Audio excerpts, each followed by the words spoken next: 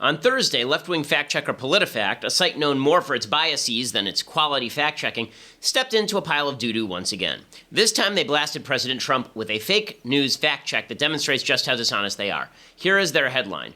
White House tweet wrongly says Obamacare led to fewer insurance options, and they say mostly false. So, what did the White House say that was so wrong? Trump said, quote, Obamacare has led to fewer health insurance options for millions of Americans. This is indisputably true. Just yesterday, Anthem Blue Cross pulled out of the Obamacare exchanges in Wisconsin and Indiana. Health insurance rates have risen dramatically. As CNBC reported last week, quote, as many as 1,200 counties are projected to have just one such insurer next year. More counties could be left bare or with just one insurer in coming weeks as insurers announce their intentions, unquote. And this doesn't take into account the fact that many Obamacare plans have cut patients off from their doctors. If you liked your doctor, you couldn't keep your doctor. Those who have been added to the insurance rolls under Obamacare aren't actually buying health insurance for the most part. They're being forced onto Medicaid by lack of options. So, instead of dealing with that claim, PolitiFact made up an unrelated claim that the number of insured had dropped overall. Nobody said that, though. If you count Medicaid coverage, which doesn't actually improve health outcomes, the numbers are up. But that's not what Trump claimed. Here's PolitiFact admitting the truth all the way at the bottom of their little fact check. Quote, the sole thread of truth is that with the insurance exchanges set up by the law, the number of carriers has dwindled. Oh, you mean the only claim here that Trump made was true? And then you made up a series of alternative claims to knock down? PolitiFact is ridiculous. Their drive to check fake news from the left only makes them purveyors of that same fake news. I'm Ben Shapiro. This is The Ben Shapiro Show.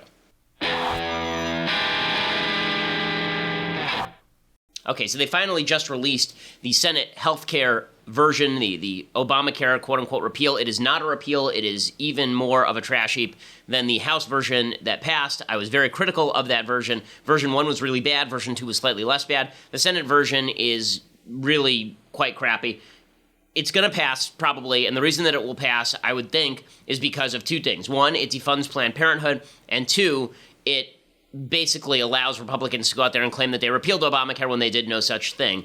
But we'll talk about that in a little while after I want to discuss Trump in Iowa. But before we do any of those things, I first want to say thank you to our sponsors over at My Patriot Supply. So if you're a smart person, you know that you ought to prepare for emergencies. There are going to be situations in life where there's some sort of natural disaster or, God forbid, a man-made disaster where the government can't get to you right away. There's an earthquake, there's a flood, there's a tornado, there's a terrorist attack, and you need food for your family. Well, that's where My Patriot Supply comes in. Right now, you can go to preparewithben.com. That's preparewithben.com. And you get their 4-week emergency food supply for just $99. Their number is 888-803-1413, 888-803-1413, or online at preparewithben.com. It's $99 plus free shipping. That feeds a family of 4, or it gets their 4-week emergency food supply, rather. My team tells me that the meals taste like homemade cooking. They've all tried it in the office. Again, it's preparewithben.com, preparewithben.com. Make sure that you and your family are safe. 888-803-1413, 888-803-1413, preparewithben.com, and that ensures that you and your family are safe. Again, it's a one-time spend. Ain't that much money. You should do it just to be the responsible person that you are. Okay, so I do want to talk about the Senate version of Trump Care / Obamacare repeal. Before we get to that, I think it's important to talk about the Democrats and their aftermath of their reaction to the loss of John Ossoff in Georgia 6th against Karen Handel. So finally, all of the conflict that has been brewing under the surface of the resistance is broken open. The hatred for Trump covered up the fact that the Democrats really have nothing in common anymore. There are 3 branches of the Democratic Party, and they are at war with one another. One is the Bernie Sanders branch. This is the progressive, socialist, Michael Moore branch of the party that says capitalism is evil and we need to redistribute all the income and all the problems in the country are created by income inequality. These people are not intersectional politicians. They believe that socialistic redistributionism is the solution and that the Democratic Party has to universally move toward the left. That's branch number 1. Branch number 2 are the intersectional politicians. This would be like Barack Obama and Hillary Clinton. Both of these politicians, their principles are a little bit all over the place. They're all to the left, obviously, but they tend to differ on certain basic functions of government. But they all agree that America is a terrible place where human beings are separated by race and sex and sexual orientation. So you have the intersectionalists who believe that they're going to cobble together this new coalition of people who have been victimized by the American system in order to win elections. So, again, group number one, the Sanders people, they say we move to the left, we'll win. And then you have group number two, and these are the Obama people, and they say we need our intersectional hierarchy. The Hillary people, we need our intersectional hierarchy. And then there's group number three, and group number three are the Seth Moultons of the world. This is the Democrat congressperson from Massachusetts who's making the rounds yesterday because he said what we need is a broader tent party where we have some pro-life Democrats, where we have some people who are not so anti-business, where we are not universally Nancy Pelosi Democrats. And these three factions are now at war with one another. And that's breaking out into the open because Democrats for the first time are realizing that it's not enough just to scream at President Trump alone. It's going to get them most of the way, but if they have no unity, if they can't figure out what they're doing, then they've got a problem. Rahm Emanuel acknowledged that they are in serious trouble. He says, we are 1,000 seats behind, says the former chief of staff for President Obama. We are 1,000 seats shorter today than we were in 2009 or 2008. This is not about one election. It's about building a party, building an apparatus. Okay, so they're finally realizing they have bad news. But the problem is their response to that was Trump is colluding with Russia. When Hillary lost, their immediate response was, we have to resist. What are we resisting? Well, we can't say what his agenda is because we don't know what his agenda is. Trump hasn't actually done anything major at this point. So we'll resist him. He's a Putin stooge. Only one problem. That entire theory is falling apart. Jay Johnson, who is the former Homeland Security Secretary under President Obama, helps contribute to the collapse of the Democrats' key talking point that Trump is some sort of Russian stooge. Not beyond what has been out there open source, and not beyond anything that I'm sure this committee has already seen and heard before directly from the intelligence community. So the only thing I'd have on that is derivative of what the intelligence community has and the law enforcement community. Okay, so you can see that with that narrative falling apart, they now have to come up with a new narrative. So on the one hand, you have the people who are more in favor of this broad tent Democratic Party. That's the one that's actually going to be better for Democrats, right? This would be kind of the Joe Biden wing of the party. We need to get beyond intersectional politics. Representative Dingell, who I guess replaced I think she replaced her husband, right? This is Debbie Dingell. She spoke with MSNBC yesterday, and she talked about this. She said that basically we need to get beyond the intersectional Obama era, and we need to move toward a more solid era of we're all Americans. And this is what Democrats would do if they were smart, but they're not. So here's Debbie Dingell from Michigan. If we don't figure out how we become we again, we're going to keep losing. So I think it's important that we need to understand each of these groups has issues. So she says that we can't be African Americans for Obama or for Hillary. We can't be Hispanic Americans for Obama or Hillary. We have to just be we again. And this is true, right? This is the real reason that Trump won. The reason Trump won is because he wasn't insulting Americans by categorizing them into small groups and then implying that there was this broad, vast white mass out there that was out to get them. That's the real reason that Trump won. It wasn't about his populist politics. It wasn't about tariffs. It wasn't about any of that stuff. Okay, it wasn't about Ross Douthat and the tax credits that Trump would give to particular businesses in the Rust Belt. It was about the fact that Trump did not patronize a bunch of white voters by telling them that they hated black and Hispanic people. That's what actually happened here. So you have this wing of the party, the Debbie Dingell wing, that is starting to figure it out. Unfortunately for Debbie Dingell, that's being undercut by the Bernie Sanders wing. So the Bernie Sanders wing says that Nancy Pelosi should continue to rule the party. Nancy Pelosi is a wonderful far-left politician who's just done yeoman's work, even though it was Nancy Pelosi's name just being dropped a couple of times in the Georgia 6 that led to the Democratic defeat. Paul Begala says we can't get rid of Nancy Pelosi. We need Nancy Pelosi. But let me defend Nancy Pelosi. Please, quick defense. If there was a Mount Rushmore for speakers, Nancy Pelosi would be on it. She passed national health care. Even Franklin Roosevelt could not do that. I mean, she is so important. We need to keep her. We need to run far to the left. We need to become the Bernie Sanders party. So that's wing number two. And then finally, there is the intersectional wing. So here's what Democrats need to unify. Okay, so and this is where it's kind of interesting what's going on right now because I think it plays into what Democrats need in order to unify. What Democrats need in order to unify is not only for Trump to be unpopular, but for there to be some piece of legislation that they can all jump on and smack him with. So in 1994, Bill Clinton was very unpopular, but it took Hillary Care and the threat of Hillary Care to lead to this vast Republican wave that wiped out 60 seats in the House for Democrats and led to the rise of the Republican majority in the House that has basically been steady with the brief period between 06 and 10 since 1994. So the fact is that it needs two things in order for the out-of-power party to take over. What they need is an unpopular president, number one, and then that goes in the mix, and then you need an enzyme to catalyze the resistance, and that is some piece of unpopular legislation. Well, so far, Trump hasn't actually done anything. Right? So far, the only thing he's done is nominate Neil Gorsuch, and that's not enough of a slap to Democrats for them to really catalyze around it, for them to coagulate around that and then become the quote-unquote resistance. And so Chuck Schumer is interested in Obamacare repeal. He thinks that the Democrats are going to be able to whip the base into a fury over the supposed repeal of Obamacare. We're going to look at every single thing and find out the best way, but this is full-scale warfare. This is the most important advancement since probably Medicare in terms of helping people, and we're not going to be complacent or go along or business as usual in any way. So Democrats need something to oppose. They need Trump not just to be Trump. They need Trump to actually push a big piece of legislation that is unpopular. Fortunately for them, it looks like the Senate is about to do that. So the Senate just dropped their health care bill, and the Senate health care bill is just a disaster. The Senate health care bill, it cuts some of the Obamacare taxes, but the problem is then it doesn't pay for all of the subsidies that it's giving. It's preserving virtually all of the Obamacare subsidies. It's increasing subsidies in certain areas. It cuts Medicaid, but it only does that down the road. And those cuts are never going to materialize. It enshrines the Obamacare central regulations in place. Will Republicans pass it? As I said, I think they probably will, because I think that Republicans are stupid and they just want the immediate headline that they repealed Obamacare, even though that means they now own what comes next. They also want to be able to say to their constituency that they repealed all the funding for Planned Parenthood, although, again, is that a big enough deal is that a huge enough advance for the Republicans to own Obamacare for the foreseeable future? No. It's sort of reminiscent of what President Trump did with illegal immigration. He said that he was going to get rid of DAPA, which is the protection for parents of illegal immigrants who came in when they were children.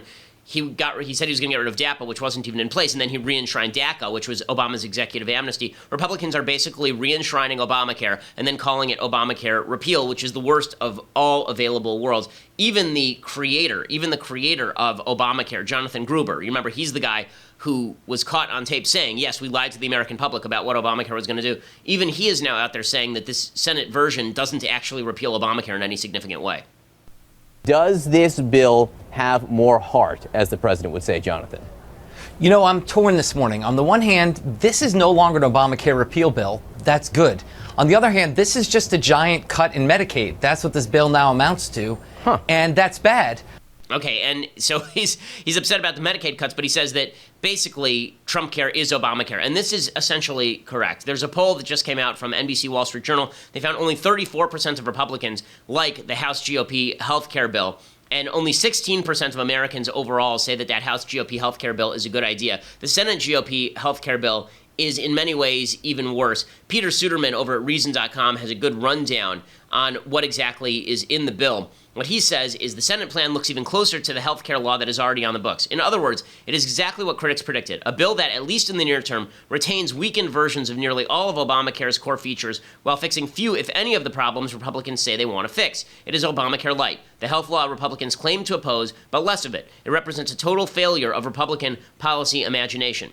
And then he goes on, he says, to understand the Senate plan, it helps to recall Obamacare's underlying framework. The centerpiece of the law was a reform of the individual market, intended to give those who do not get coverage through work or a federal program access to subsidized regulated coverage. The law created a new federal subsidy based on income for lower and middle income households to purchase health insurance. It also set up federal rules requiring insurers to cover pre-existing conditions, and it mandated that all individuals obtain health coverage to pay for it. So basically, it created what we know as Obamacare created these Obamacare markets, and the idea was we're going to force all of the insurers to cover people with pre-existing health conditions. How do we pay for that? By forcing people who are healthy to buy health insurance. That was the basic structure of Obamacare. So what does the Republican Senate bill do? It keeps in place all of the regulations.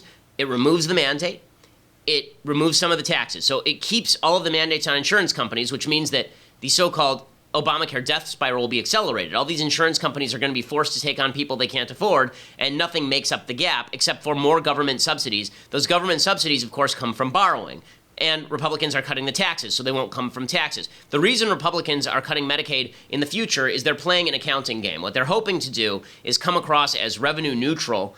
In fact, they're hoping that this, quote-unquote, saves revenue to the federal government, even though it really will not in the long run, so they can pass tax reform. That's the goal here. If you understand that the Obamacare repeal plan from the Senate is designed to do two things, neither of which is repealing Obamacare, you'll understand all you need to know about this Obamacare repeal program. It is designed to, number one, tell Republicans that it repealed Obamacare without actually repealing it.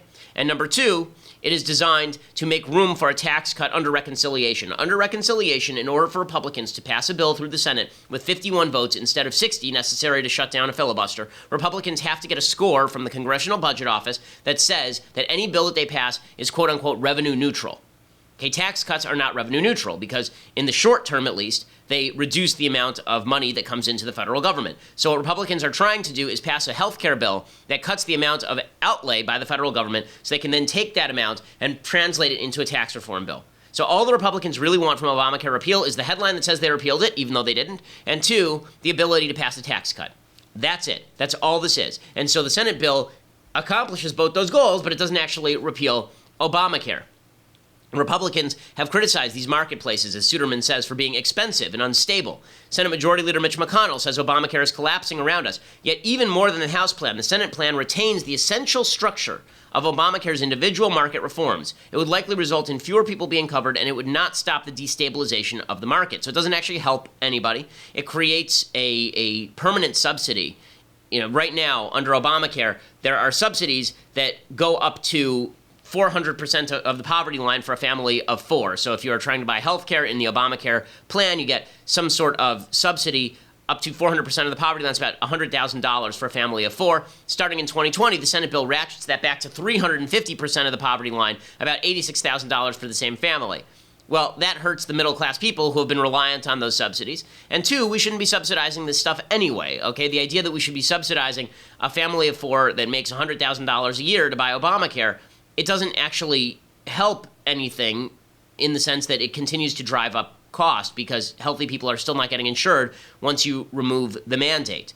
So if you have an unhealthy family of four, even with the subsidy, they lose money. If they're healthy, then they shouldn't really need the subsidy, should they? So it's this bizarre situation. It's an entitlement program, basically, that Republicans are signing off on. And then they're proposing to authorize certain payments called CSR payments. These are cost-sharing reduction subsidies to insurers.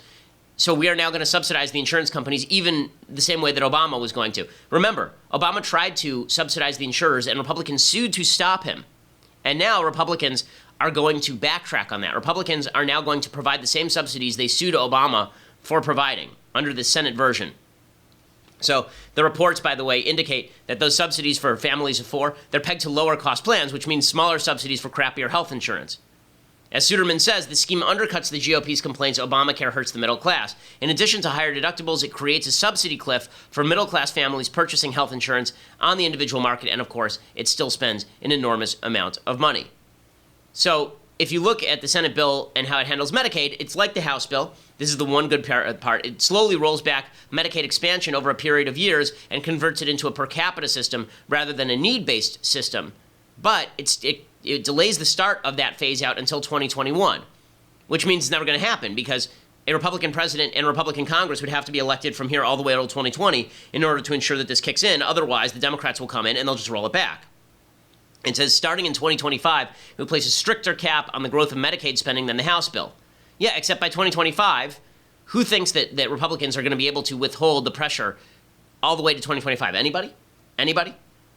This is the way that legislation works, folks. If it says in 10 years we're going to do X, it's never happening. Because somebody from the other party will come in and destroy it before the 10 years are up. This is all, it's a bad bill. It's a bad bill. Suderman says, this might be the notable failure to think beyond the terms set by Obamacare. It means the Senate bill not only won't be Obamacare repeal, it might not even be Obamacare light. Instead, it might be Obamacare light later, and later could easily turn out to be never. Because as the individual insurance markets fail, thanks to the lack of a mandate and thanks to the lack of taxes to pay for any of this stuff, then there's going to be more and more call for government involvement, not less and less call or more call for free markets. Bottom line is the Republicans in the Senate and the House do not want to repeal Obamacare because they have all bought into the basic notion that the government ought to be involved in the healthcare system, which is a disaster for Republicans. Democrats won this debate, and now Republicans are surrendering to it. So the question becomes, why in the hell do you elect Republicans in the first place? I'll get to that in just a second. But first, I want to say thank you to our sponsors over at Quip. So Quip is this brand new toothbrush company, and it is just phenomenal for two reasons. One, I used to have an electric toothbrush. They're heavy. It's hard to travel with them. Whenever I would travel, I would just bring a normal toothbrush, not an electric toothbrush, because they are so bulky and they just fill up your suitcase. Quip is this amazing electric toothbrush that packs vibration and timer features into a very slim design with a battery in it. It's basically like Apple designed a toothbrush, but it doesn't have a big price tag on it. You have to see it and brush with it yourself. It's really terrific, obviously. I brush with it. And you can subscribe to receive new brush heads on a dentist-recommended 3-month plan for just $5, including free shipping. So one of the big problems with the electric toothbrushes is if you forget to buy the extra heads, then you're using the same head for the next 7 years, which is disgusting.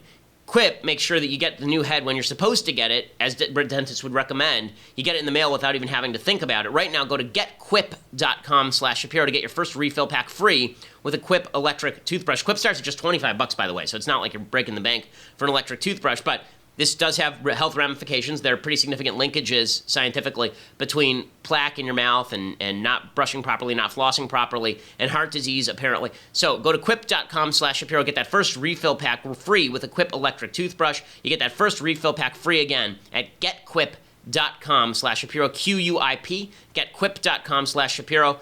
Getquip.com/Shapiro. You get that first refill pack free and use the /Shapiro so that they know that we sent you and they continue to advertise with us. Okay, so with all of this said, the fact that the Senate bill sucks, right now we are now learning that there are at least a couple of Republican senators who are probably not going to vote for it, which means that it may not pass at all. The question becomes, do Republicans even want to pass this thing? Do Republicans even want to pass this thing? And it's not clear that they do. It's not clear that Republicans actually want to do much of anything. Because Republicans, number one, never want to do much of anything because they're afraid that if they do something, there will be a backlash. And number two, because if you run the entire federal government and you pass something massive, again, this could catalyze the left into opposition. For example, take the Ossoff race in Georgia 6. There were a lot of people who are suggesting that Ossoff should have run more heavily on Trump care. Okay, number one, that wasn't going to work because that's a pretty affluent district. Not a lot of people are on Obamacare to begin with in that district. And number two, nothing had actually passed. It was hard to run against a piece of legislation that doesn't actually exist yet. If Republicans pass a very unpopular piece of legislation, which this looks like it is, then they will bear the burden of that. Now, imagine for a second that Republicans had come in and just fulfilled a basic promise. We're going to repeal Obamacare. End of story. One sentence. Obamacare is repealed. Let's say they just come in and done that. And then they negotiated around the edges for what we're going to do to fix the problems that Obamacare was designed to solve. Then Republicans would be in pretty good shape. But now, because they're trying this omnibus fix to Obamacare that doesn't actually fix it, leaves it in place, increases subsidies in certain areas, decreases subsidies in certain other areas, gets rid of the underlying mechanism for funding the whole damn thing, so we're just going to borrow up the wazoo for it and then pretend we're going to cut later. If Republicans do that, then Democrats will have something to coalesce around, which is silly because the fact is that if you're going to pass policies, they ought to be good policies. If you're going to take political risk, it ought to be for a good potential payoff. There is an alternative strategy that Republicans could pursue. If they really don't want to do anything, there's an alternative strategy that they could pursue that unfortunately would actually work with the Republican crowd and would also prevent them from sustaining massive losses in 2018 because they wouldn't actually pass anything deeply unpopular. But for that, you're going to have to go over to dailywire.com and become a subscriber. For just $8 a month, you can become a subscriber over at dailywire.com. Right now, that is the rate. It's going to go up July 1st. You become a subscriber now, you become part of the mailbag. You can write in to me live on the mailbag on Fridays. You can also be part of Andrew Klavan's mailbag, see the rest of the show live. If you want an annual subscription right now, you get a free signed copy of Say It So, a book about baseball and my dad and me. It's, I think, a really fun, terrific read. Say It So, you can get that for free signed when you get an annual subscription. Also, the annual subscription rates are going to change July 1st. So you want to get that annual subscription right now. If you're thinking about it, now is the time to do it. Don't wait until July 1st. Just do it right now. If you don't want to subscribe, go over to iTunes or SoundCloud. You can listen to the rest of the show later. Make sure that you subscribe and leave a review. We always appreciate it. We are the largest conservative podcast in the nation.